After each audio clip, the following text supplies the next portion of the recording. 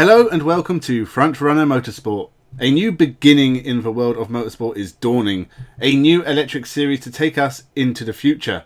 Well, it's another electric series in the ever-growing list of electric series. So, Pure eTCR. It's had a rough start to life. It was meant to get started last year, but for some reason, I can't think of one, it was delayed, and now here we are in 2021 with the first ever eTCR season. Minus MG, who aren't competing, sadly.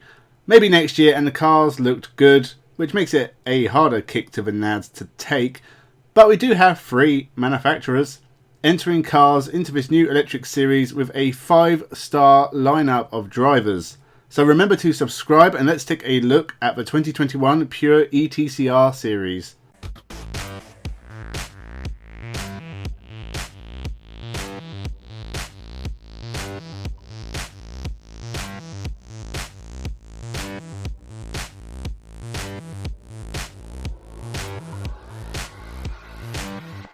Welcome to Frontrunner Motorsport. Let's start with Hyundai, which given they tend to win everything, must be considered the early favourites. And they have the driver lineup to match. Jean-Carl Vernet is a former International TCR Series champion and is the 2021 World Touring Car Cup Series leader, admittedly after only 1 round. But he is a 6-time race winner in the series. He's an incredible touring car driver and a star player in the Hyundai team. Augusto Farfus is more of an old hand, and a very competent old hand at that. He is a former World Touring Car Championship race winner, a runner-up in DTM, and has a ton of success in endurance racing. He's been a BMW man for a long time now, other than the year he spent with Hyundai in the World Touring Car Cup, but it'll be strange not seeing him in a Beamer. Tom Chilton is just as experienced, again a former race winner in the World and British Touring Car Championship. He is the sole representative of the latter, and his teammates once again with John Philippi. The pair were with Sebastian Loeb Racing in the World Touring Cars in 2017, and he is the weakest of the 4 drivers, having only ever taken a single touring car win in 2020 in TCR Europe. Overall, a very strong driver lineup and a fantastic looking car. Look at the blue lightning bolt up the side. It's so cool. Romeo Ferraris have existed since the late 50s, but they did have a brief break from track racing to have a go at powerboats instead, which is something very Italian in my mind. They have some kind of partnership with Hungarian touring car team Mira, run by Hyundai driver Norbert Mikulits.